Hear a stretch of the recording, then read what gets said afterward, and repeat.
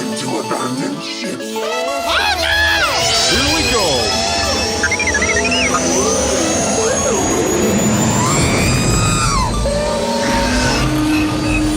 Can I persuade you to join us for a drink? It's a tradition. Here, here. Jar Jar, homie, my main man, quickly. Before the Separatists attack, get into the escape pod. Hey! This is escape, then we're the pod.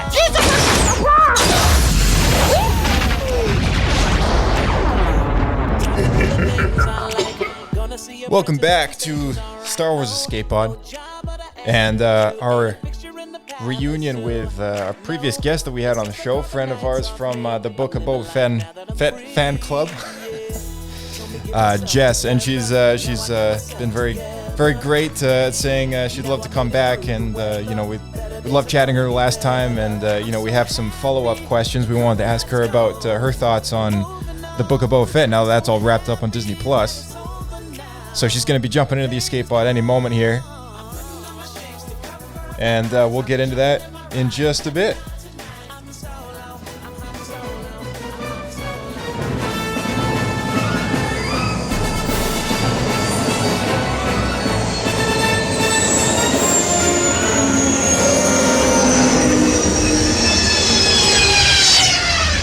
Another happy landing.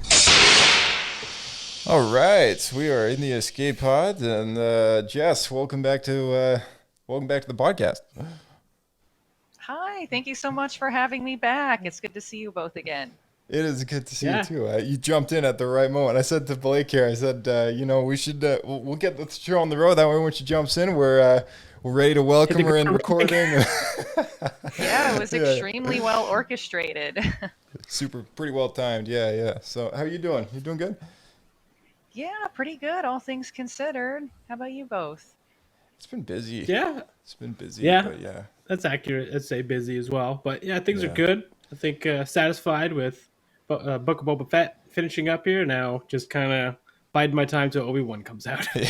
I know, aren't we all? And where's that trailer? I know, right? Right? Well, man, that's a good point. It's coming out so soon. They haven't put a trailer out, which is kind of nuts.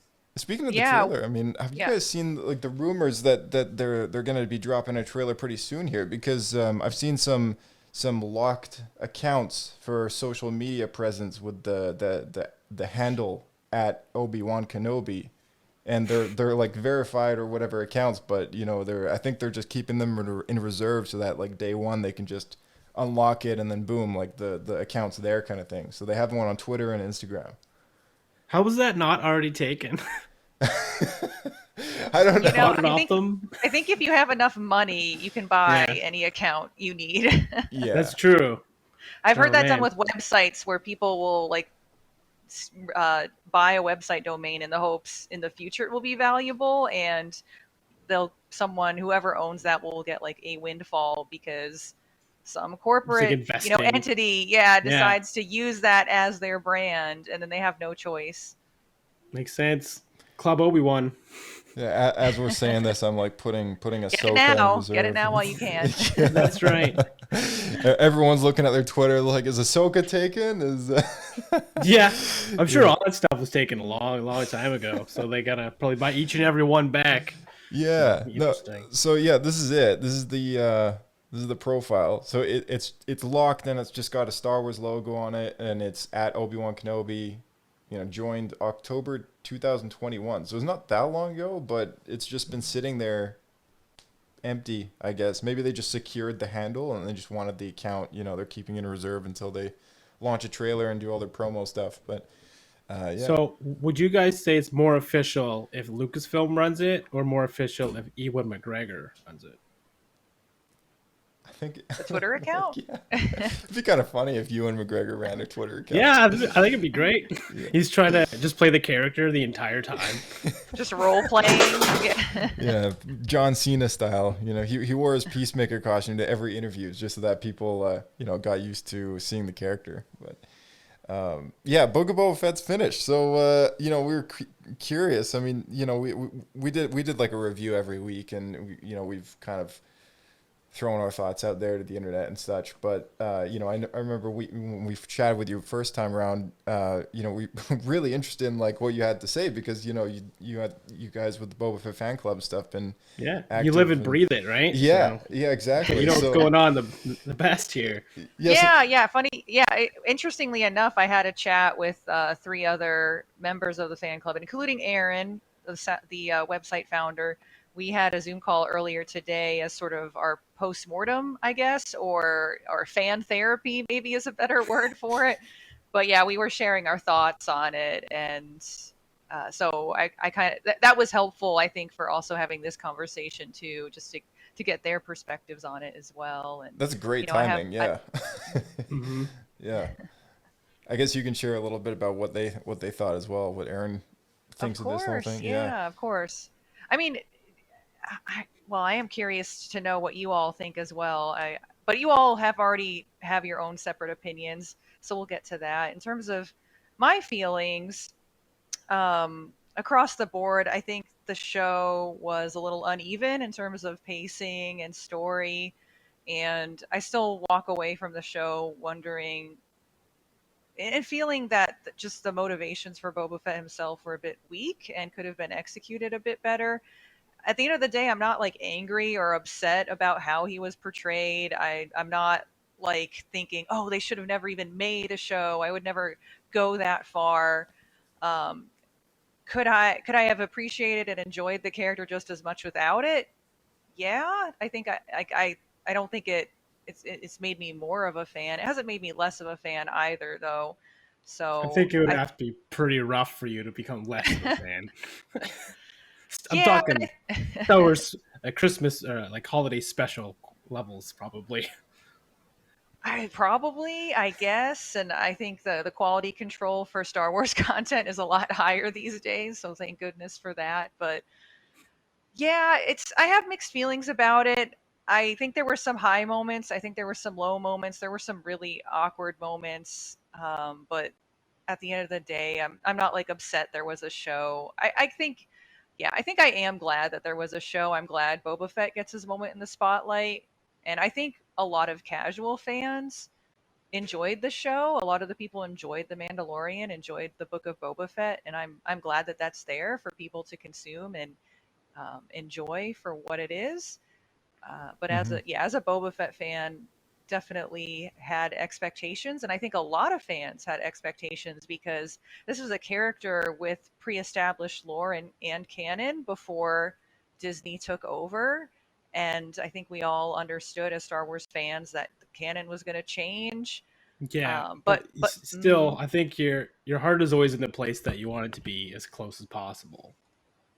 yeah, if you appreciate an aspect of a character that was told, you know, if there was a certain story or narrative arc or whatever, that depiction is going to resonate with you, and it's going to resonate with you no matter what. And that's the case for me. I think it's the case for a lot of Boba Fett fans too. Is, you know, we fell in love with this character initially because, you know, wow, he looks cool. Yeah. But I think people who have remained Boba Fett fans are fans, yeah, because he looks cool, but there's also something under that hard exterior too. There's, you know, a character with an interesting, um, you know, background. There's still a lot of mystery and enigma attached to him, and he has his own moral code as well that I think resonates with a lot of fans too. So when you have those expectations, especially having, I think, you know, expectations that have existed for many, many years, because some of the earliest books with Boba Fett, you know, go back to the 90s, maybe even earlier than that with some of the comics and in books as well.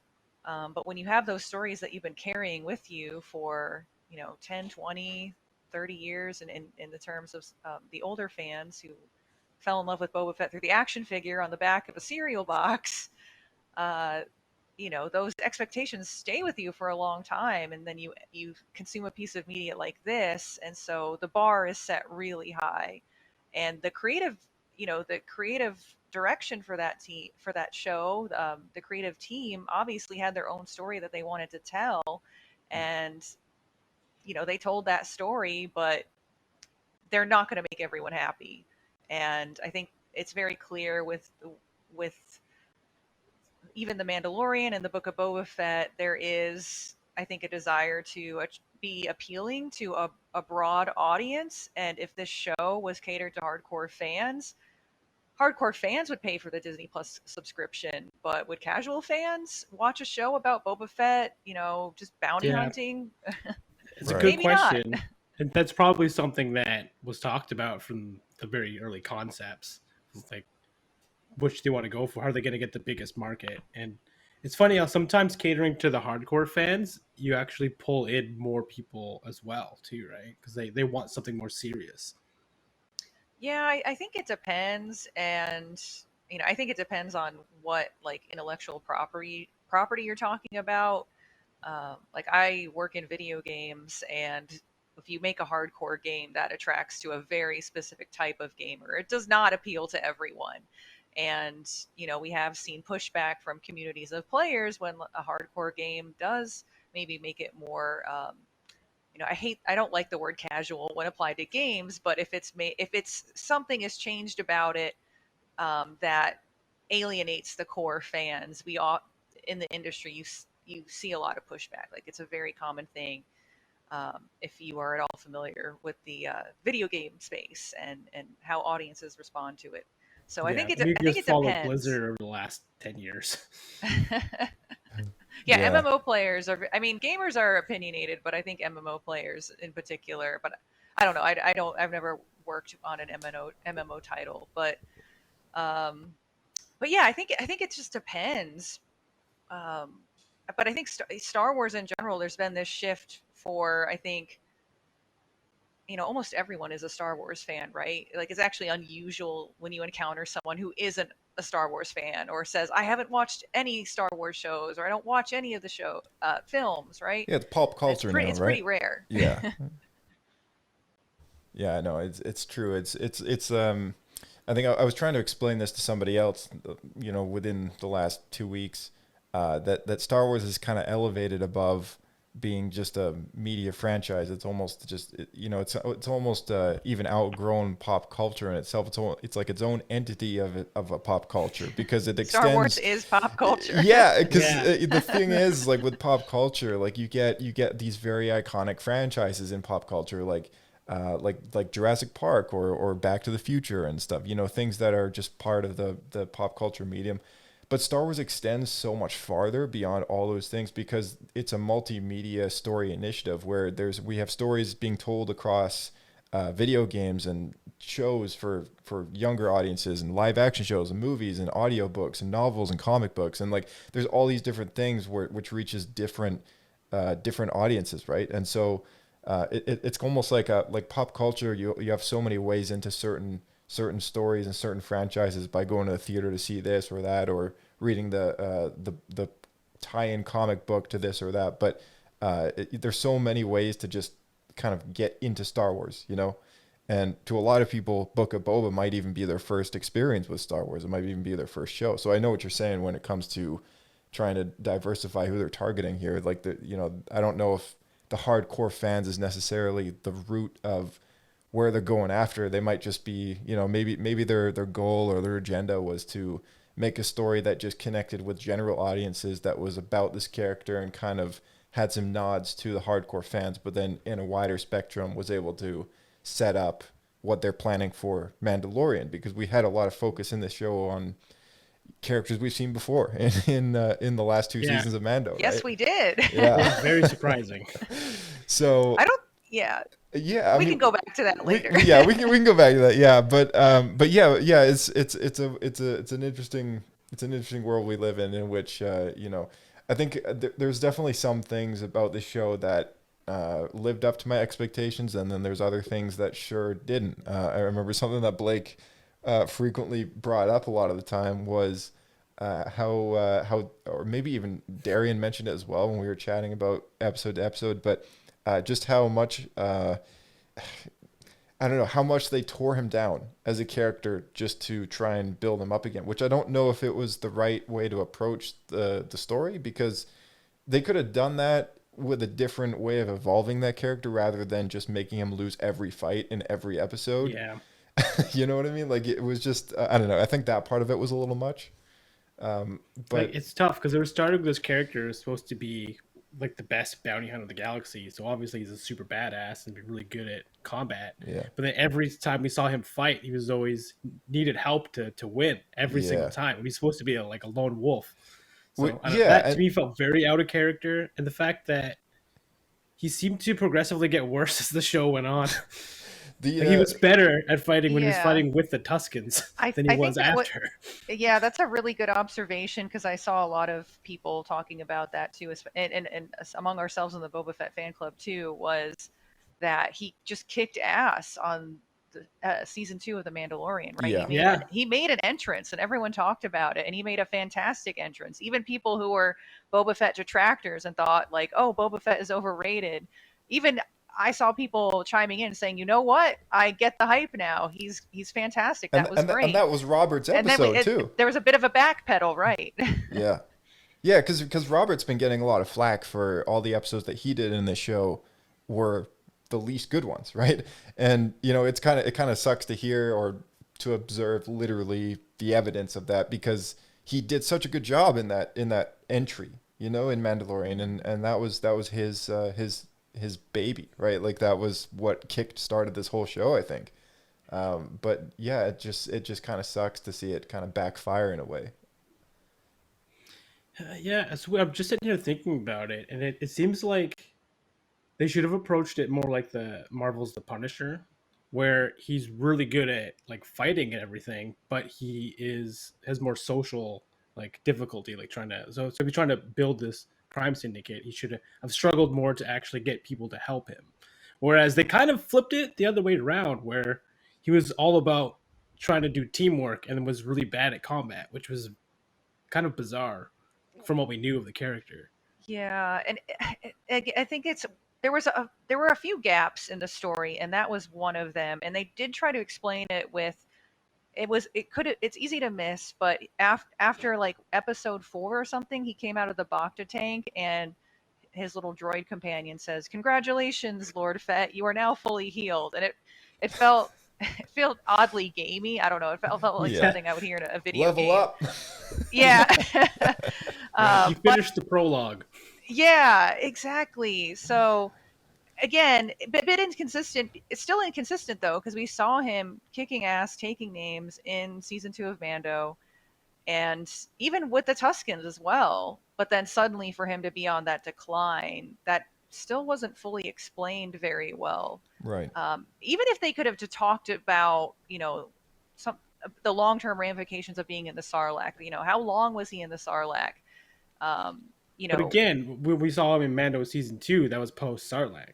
Yeah, but No. it makes me wonder, if I'm really stretching it, it's like, is there something about being digested for a period of time that has symptoms that will flare up, 8 years later or something like that? Yeah. Or even an you know? easier solution is the old EU. He was dealing with clone cancer because he was a cloned person. That's right, His DNA yeah. was degrading. So That's if they right. wanted something along those lines, I would have been very much on board because I think that could be a cool Anything, story. yeah, anything to explain that. I would have been on board with that to see that make a return. It even crossed my mind